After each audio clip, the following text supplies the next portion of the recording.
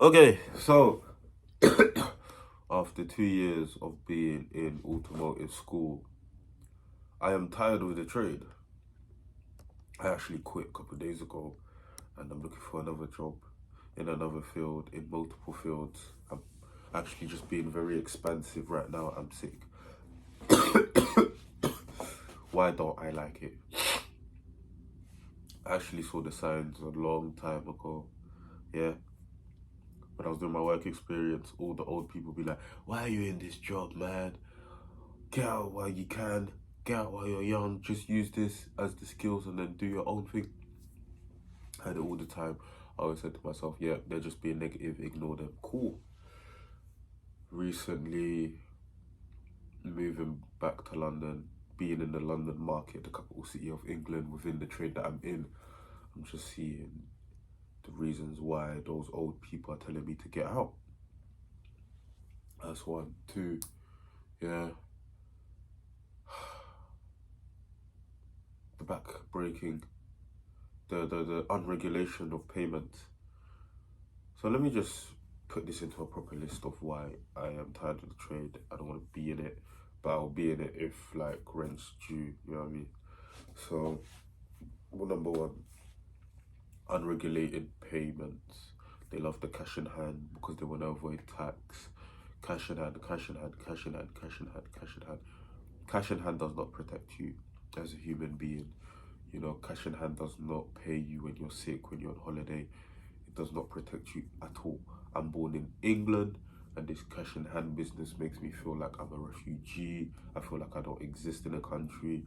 I have to avoid putting money in the bank account. I have to avoid, you know, paying with card. I have to always pay in cash and then keeping the pences and pounds in the bag, whatever.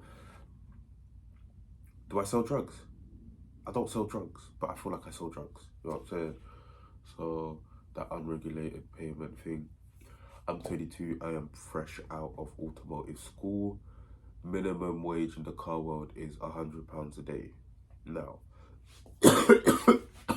minimum wage in England for over 21 is £12.21. Yeah, 21 pence. Keep that in mind. 21 pence. Every time I try fight for £12.21, they always cut it to £100 a day. So they always cut it to £100 a day, so £12 an hour. I think it's only 21 pence. When that accumulates and accumulates and accumulates. Do I have my phone right here? Yeah. Okay, so let's do the calculations, because people don't understand that this like slight like mispayments, they all add up. So £12.21, yeah, times 40 times 4, you're getting 1,953 60 pence and 60 pence. So £1,953 and 60 pence. Okay, so now let me just remove the 21. £1,920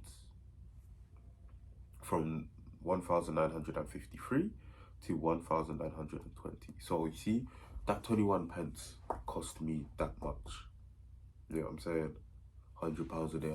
And the thing is, as well, what they want from you for you to be £100 a day level, you might as well just own your own body shop.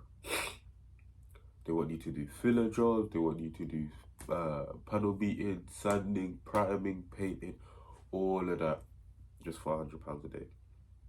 And obviously, I have my boyfriend, yeah. So, you know, he's in a different career field to me, innit? And when I hear how much he's getting paid for the job he does, obviously I'm not saying his job's easy, yeah, because like my nose is running right now. Look at that. Obviously £100, obviously the job he's doing is not easy. Like, jobs aren't easy, innit?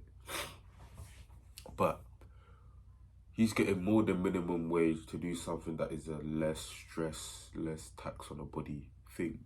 The thing that I'm doing, like, not everyone, you can't just get a guy from the street to do what I'm doing in this world. You know what I'm saying? But what he's doing, with a little training, you kind of can do what he what I'm saying? Now, again, I'm not belittling his job or his field, yeah, but the stress levels and the entry level skill that you need, they're like worlds apart. You know what I'm saying? Yeah, that unregulated payment, the entry level to just be like paid respectably, you have to like move mountains just for you to get your respected pay.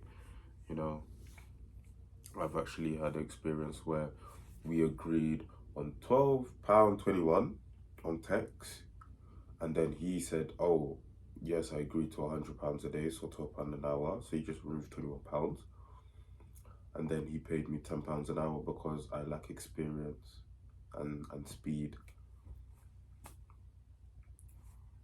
Another thing I don't like about this trade is the verbal agreements. Verbal agreements, nothing's in writing, nothing's concrete, so you're not protected. Again, it's kind of on the same hand with unregulated payments, but you're not protected. So all them verbal agreements, in the long run, like when there's a problem, you can't defend yourself, and who you gonna go to? Another problem about the auto body trade is, I was thinking about it, but then it kind of slipped my mind, I can't lie.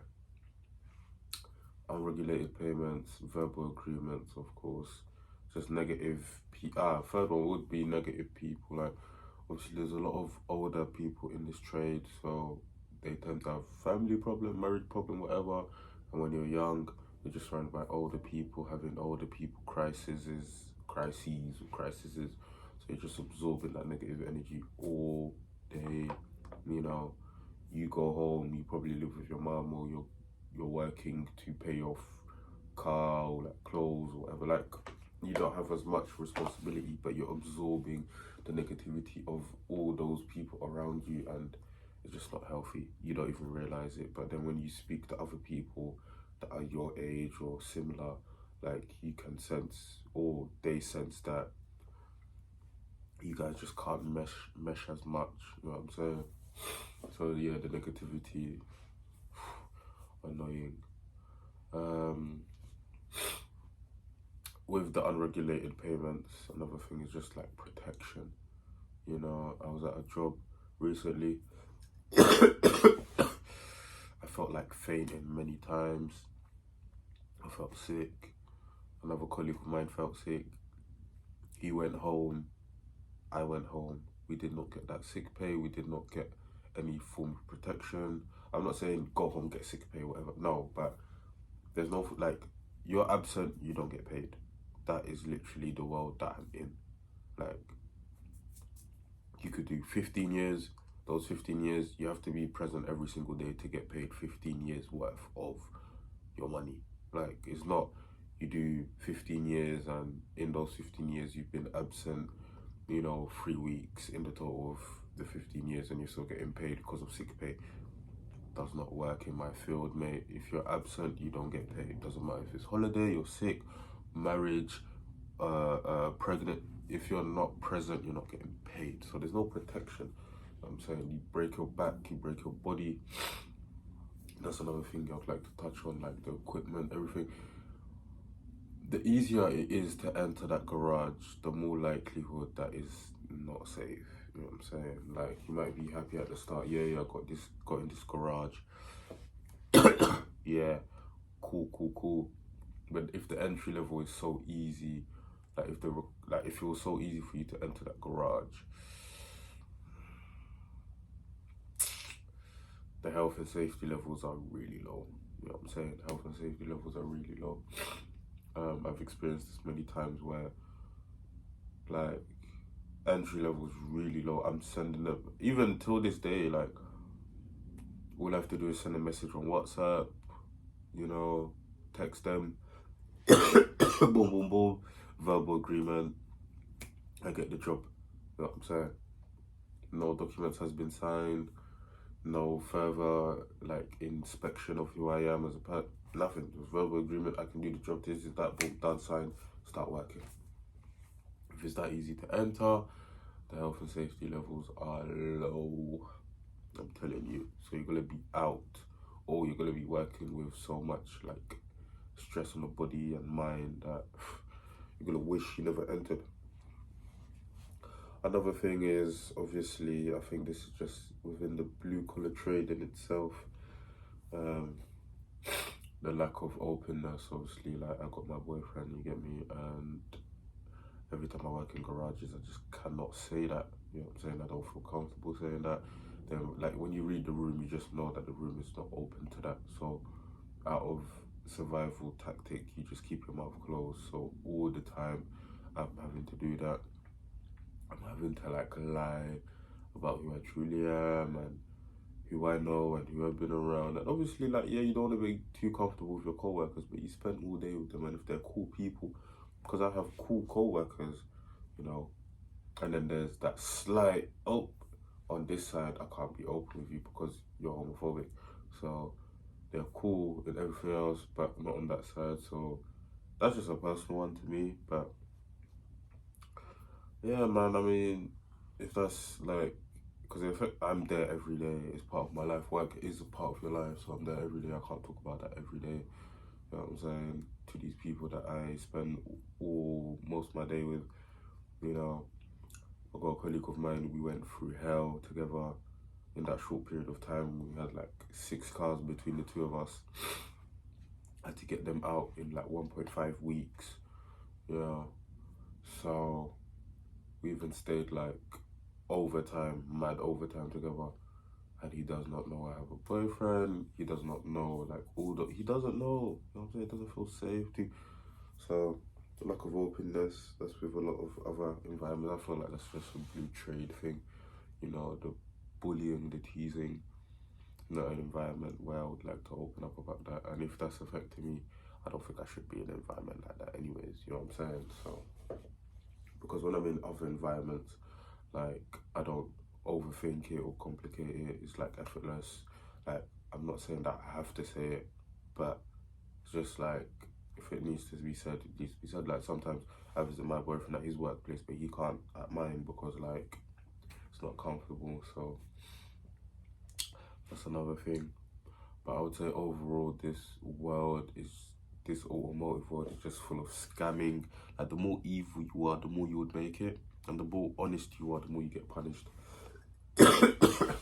You know, at school I was taught to do the job proper, take your time with like the pulling the metal, because if you rush the metal repairing phase when you put filler and like sand it, it's gonna be problems.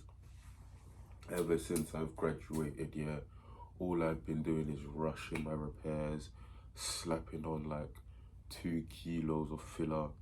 I'm doing things that are against my core values in the automotive world, all because like the manager, the boss wants to cut corners, you know what I'm saying, and get more money. He'll spend cheap, price expensive. You lose parts of your soul, man, I'm telling you. I'm doing things that I know it's wrong, but I'm doing it so I can gain more time, so that I don't get shouted at or like blamed for the car being slow. I mean, given later or whatever. I think this is a problem worldwide, but management skills is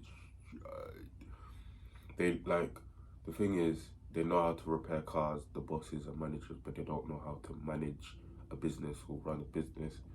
So they don't have experience in that. They might think because they've run a business for 10 years, they got 10 years experience in managing a business. No, you just open a garage. That doesn't mean that everything has been smooth sailing for 10 years. No. Because if that was the case, then the actions that you do would not result into me having to work 3 times as hard or 5 times as hard.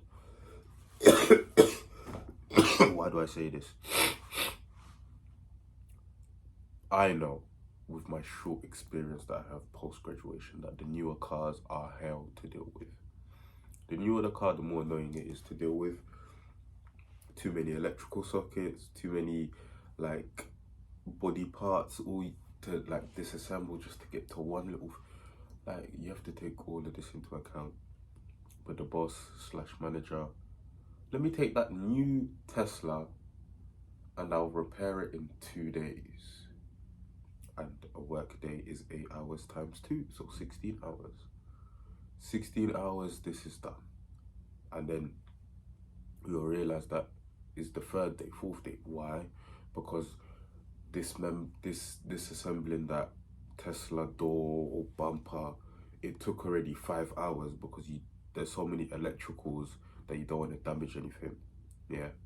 And then repairing it could be a piece of cake or not. Why? Because the metal is thin as hell, probably aluminium or not, but it's thin, it's flimsy, so cool. Let's say you repair it, boom, primer, sand it, paint it. You're already like, you can't just primer and then sand it straight away. You have to wait for the drying times, everything. They don't take that into account. The masking to protect the other end, they don't take that into account. All of these things, they don't take into account. They think in 16 hours, this will be done. Like, no. You know what I'm saying? Cool. Let's say it's painted, everything. Yeah. We're already more than 16 hours in. Yeah. Putting it back on. Forget it, bro. Because taking it off is easier than putting it back on always. You would think that this manager who has ran a business for multiple years would understand that disassembling and assembling is what takes most of the repair time. But now I can do this in 2 days, 16 hours. And then what ends up happening, especially when you're in a low entry garage, you end up staying past 6 p.m. You end up staying past 7 p.m., 8 p.m., 9 p.m., 10 p.m. I've stayed till midnight. I've done a 9 a.m. to midnight shift because this customer wanted it tomorrow. And they've agreed for it to happen tomorrow. And we found out that there was more problems than the actual estimate. And I just graduated. I know in my school, they will assess the situation before even quoting. But here, it's like, quick check, estimate, quote, bye-bye, 2 days. They want it in 2 days, 2 days, 2 days, 3 days, 3 days is even too long. Each car's different. But no, 2 days, 2 days. Like, a small dent and the largest dent in the world have the same, deadline. What the hell? What? I'm tired of the trade, bro. I always have anxiety because it's like, if I stop for 5 minutes, that's going to affect me in the long run. If I go and piss for 2 minutes, go on my phone quickly, text back whoever, is going to affect me in the long run. If I don't enter the garage and start working straight away, it's going to affect me when it's 5:50 because home time is 6 p.m. Why am I thinking like this, bro? Oh, I need to cut corners in my lunch so that I gain more time so that I can go home quick. What the hell? I always used to say this to myself, better to sacrifice your lunch than your home time. But why am I sacrificing my lunch? Because the higher ups have given an unrealistic deadline to a job that is not befitting of the deadline. So now I have to sacrifice more just for me to meet his expectations. And he's going to do it again because he has no idea what he's doing. Just because you run a business for 10 years doesn't mean that you know how to run a business. You know what I'm saying? It doesn't mean you've got 10 years experience in running a business. It's been 10 years, you've run a business, doesn't mean that it has been all the way up. Sorry.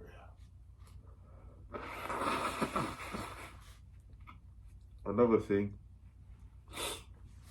and this is just in the trades in itself, you get shamed for protecting yourself. It's like, what the hell? My health and safety is more important than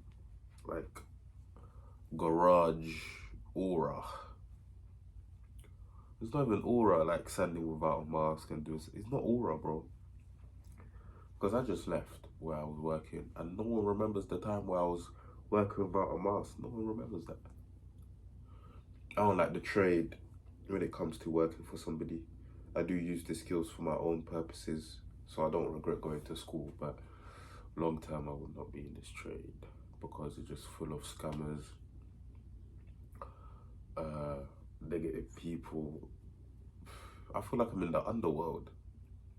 You know, on my work like thingy, I have not worked since 2023 and it's 2025.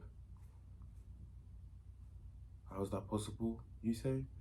Because these cash in hand, they don't set up, like, they don't register you in the work. They don't. It's all verbal agreements, bro. I don't even earn money like that. But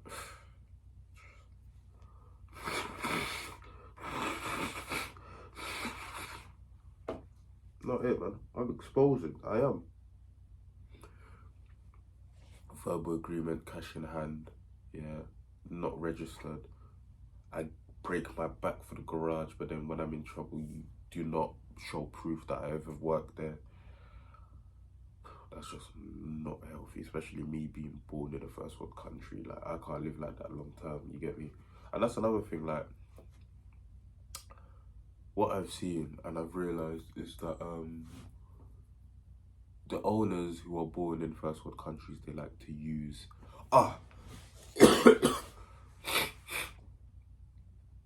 they got foreigners on stand. You're replaceable, bro. Like, even though this is a skilled job, you are replaceable. If you have a sense of dignity, self-respect, you understand the laws, they're gonna replace you with a foreigner who does not give a about his health. He's desperate, gotta feed his family in some next country, in Czechoslovakia. I'm telling you, you are as replaceable as a McDonald's worker in this field by a foreigner. I'm telling you. Yes, there's not a lot of people who can do what you do, like in the field of auto body repairs, but if you have respect, dignity, especially in the lower garages, yeah, where the entry is very easy, you are going to be replaced by a foreigner from Nepal. Yeah, that's what happened in my garage. You'll get replaced by a foreigner who does not care about disrespect and whatever. I'm